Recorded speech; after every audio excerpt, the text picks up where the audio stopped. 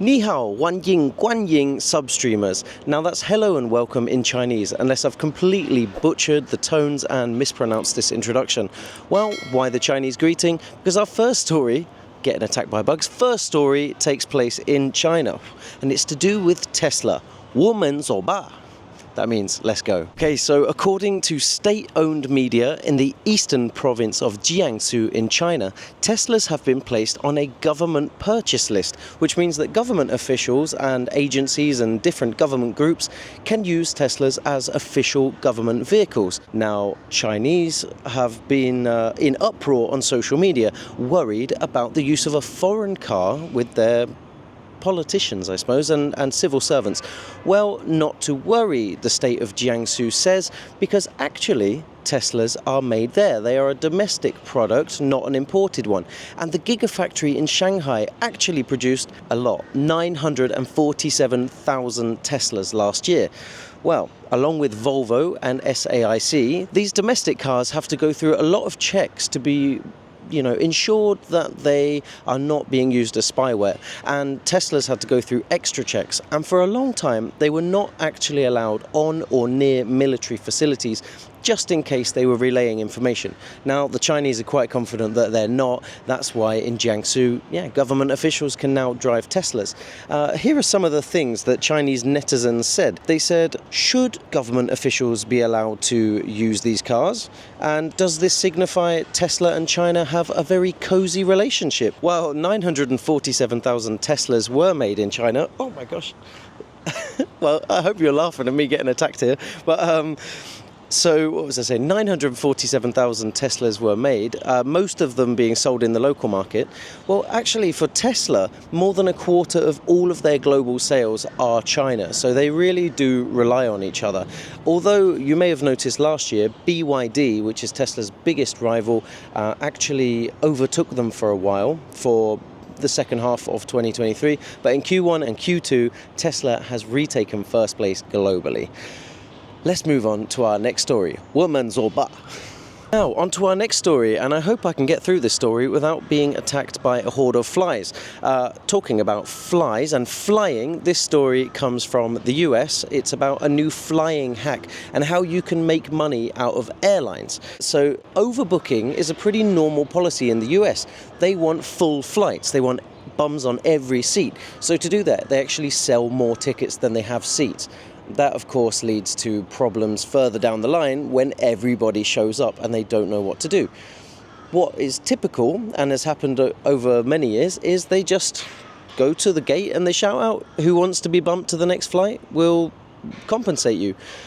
But it doesn't always go down like that. There was a viral video during the pandemic, I believe on a flight destined for Rome, where there were no people wanting to be bumped, and so they just picked someone to chuck off the flight. And it was actually to give that seat to a Delta Airlines employee who wanted to fly there. This guy rightly said no. He infuriated, and the police came and they really roughed him up to get him off the plane. And he sued, and he got a lot of money, and it went viral, and all of the airlines responded.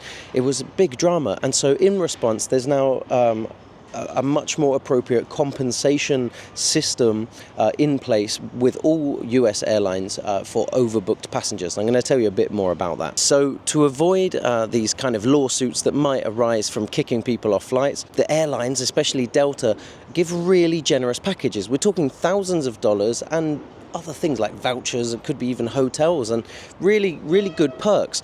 So one guy, Sam Jarman, he does like hacks, life hacks, money hacks, basically financial tips and tricks. The flies are back. And he's got advice. Basically, you can look for overbooked flights. There's a way to do it. He does all the instructions in his TikTok video, but he says, you can rig the system in your favor to end up on overbooked flights and just say, I want to take the compensation. I don't mind being bumped 3 or 4 hours or overnight, because the compensation can be up to $10,000 to be bumped. 10,000. Even at the lower end, it's 3 or 4,000. So I thought, this can't happen that often, right? I just thought, this is niche. I was thinking maybe it happens 100 times a month. Well, This year, from January to March 2024, 23,699 people received compensation for being bumped off an overbooked flight. That's millions, that's tens of millions of dollars just given away for overbooking. But it does mean that Delta fills all their flights, and so they're quite happy about that. Right. I've included the link to Sam's video, Sam Jarman. It's in the description. If you're in the US and you think this is a good money-making hack and you want to try it, and you don't have kids, because if you do have kids, you don't want the inconvenience, although you might be able to get like multiple compensations, you probably don't want to do this with kids. Anyway, let's move on to the next story, but I'm going to stay on the airline theme. Well, I'm not proud to say that the instigators in this next story are British, but it absolutely won't surprise you to hear what's happened. Ryanair, which is it's an Irish airline, but it's budget flights around Europe. They had a flight from Agadir, which is in South Morocco, to London Stansted, and a mass brawl broke out at 30,000 feet just after the seatbelt signs went off. And it prompted what some people are calling a flight from hell. Is that an overreaction? No. Well, let me tell you how the story unfolded. First of all, a man had not booked the seat next to his wife and children. He had booked to sit somewhere else. Probably hadn't paid for a seat, right? So they just randomly allocated him a seat. So he thought, once the flight's up, I'm going to go to my seat, or going to go to the seat next to my wife and ask to swap, which he did. And the lady refused, as she has absolutely every single right to do. He was enraged and he began berating her, violently attacking her, much like this fly.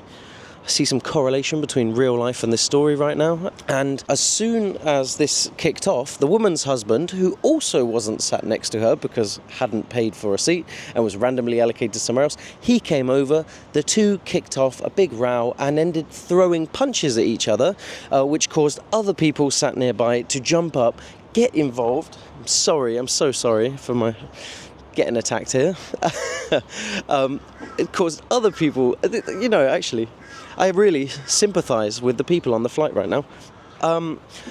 It caused other people to get involved, and this was embarrassingly just 36 minutes into the flight.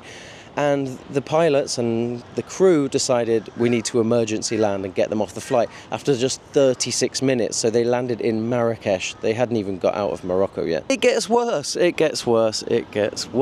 Oh, wow. 9 people were detained, and the instigator, the guy who wanted the woman's seat, he had to be forcibly taken off the plane by police, or what they call gendarmerie, but it took over 2 hours actually once they landed to get him off. And here's the quote.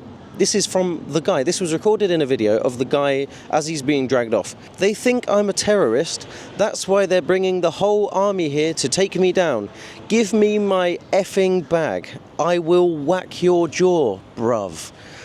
Oh, I've got second-hand embarrassment for this guy. But it gets worse. The Ryanair crew had reached their maximum flying hours, so they couldn't actually take back off, legally or company policy. So a bus came, took all the people to a hotel, and they had to spend the night. And, Ryanair booked them onto a morning flight. It gets worse. Oh, what are we on? Part 3, Part 4? The morning flight got cancelled, so the people had to sit in the hot airport all day, waiting for another flight. Finally, Thursday evening, the flight comes and they get back home. It gets worse for the airline crew, and I really sympathise with them, because not their fault to have terrible passengers. It's not the other passengers' fault either. But when the plane landed, instead of claps, which is cringy but traditional, they were booed by everyone on the flight. They were booed. How unfair. That's really cruel. Does it get worse? Well, it gets worse if you're the guy who was taken off the flight, because he's going to be in big trouble. The fines and prison time for forcing an emergency landing in Morocco, who knows what the fate of this guy is. That wasn't reported. But what is reported is my next story, so keep watching. Before I tell you my next story, this is just a nice friendly little reminder to like and subscribe. Subscriptions or just subscribing is free, and it's really important, and it really helps Substream News to grow.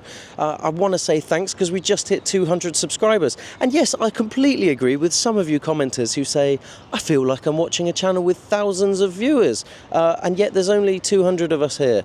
Well, it's your chance to get in early while we're still growing and say, hey, I was there at the start. I hope you can say that one day, because I'm not going anywhere. I'm not giving up. We're going to grow this channel and make wonderful content for you to enjoy. Right, no more delays. Let's get on to the next story. Now, whether you think guns are good or guns are bad, okay, in Alabama, there are grocery stores selling live ammunition in vending machines. Now, yeah, I mean, what in the America doesn't surprise us anymore. I actually thought this story was amazing. I just thought it was so bizarre, but it gets even better because these vending machines are AI driven. Why? Why would you need AI in a vending machine? It's actually to verify the identity of the person purchasing the ammo. So what do? Well, these retail kiosks scan buyers' identification cards and faces, connecting them together just to ensure that the person is the right person. The person with the identity is the person buying the ammo for their gun, and that they're licensed to do so. The vending machines are about the size of a refrigerator. They use 360-degree facial recognition, and they just make it easier to get ammo. I'm so sorry about all the bugs coming for me. Bit of a victim here. Well, here's a quote from the company that makes these. They are called American Rounds. They say, "One of the ways we're changing the landscape of ammunition sales is to make it more available." Well, they're doing that. They are living their company mantra. They are just in Alabama right now, but they're expanding to other gun-loving states, Oklahoma, Louisiana, and Texas by next year. And they claim that they're targeting areas where hunting is popular. That's their real goal. Right, okay, let's move on to the next story. Now, this is the part where I usually give you a lighter note, a more humorous, light-hearted story to finish on. And in a way I'm doing that, but it's actually a part 2 of last video's lighter note. You may remember I told you a great story about how they've made new banknotes in Japan using paper bush from Nepal. It's a beautiful story. I really enjoyed it. Well, there's a part 2. Just a couple of days after that news, I was looking at the news and I saw, oh no, the banknotes don't work in vending machines. They don't work in Japan's vending machines. Japan has 4.1 million vending machines. Not only the most in the world, but the most per capita. They are the most vending machine friendly country in the world, but their money now isn't. And it's not even just the new money that's not even vending machine friendly. A 500 yen coin, which is about $3.15, was introduced 3 years ago, and that still isn't compatible with the vending machines either. Japanese netizens are calling this rage against the vending machine, but the government's already rolled the money out. They're not going to take that money back, so what happens next? Well, the private owners of the vending machines basically have a choice. Replace the machine or replace the technology. Either way, it's expensive. Vending machines cost about $19,000 to $20,000 each on average. And upgrades, who knows? It completely depends on what you want to do. Now, I was thinking, I mean, a lot of countries just use QR codes, right? You scan a QR code and it allows you to transfer money. A lot of countries use Apple Pay, Google Pay, other wireless payment things, even wireless card payments. But in Japan, actually, only 39% of payments are cashless, which means 61% are still with cash, which for a country as developed as Japan is a real surprise. Let's look at their neighbours, Korea, where 85% of transactions are cashless and 15% are cash. That's tiny. So really, Japan is in a bit of a dilemma. I spoke about this with friends. I said, what do you make of this story? And I reminded them that in 2004, this exact same story happened. Japan updated their money. That was the last time they did it. It was 2004. And it didn't work on their vending machines. Again, about 70% of the vending machines then were not compatible. And it just meant that they had to buy loads of new vending machines. And that stimulated the economy. and it made the vending machine companies super rich.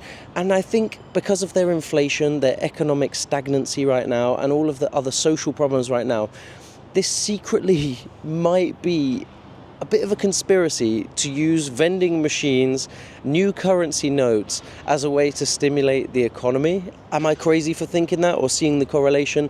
You let me know in the comments. I'd like to think I'm onto something, but I might be wrong. I actually would like to see the Japanese adapt to this situation rather than get new machines, I'd rather see them adjust and adapt to new technologies, open their minds, and maybe embrace cards more. But Japanese people are fearful of having their data stolen, and that's why they're still very much a pro-cash society. And that is it for this story. Thank you very much for watching. This was Substream News. I'm Joseph, and there's a helicopter flying overhead. I hope it's an attack helicopter to help me with all these flies that are biting me. Thank you for watching. See you next time.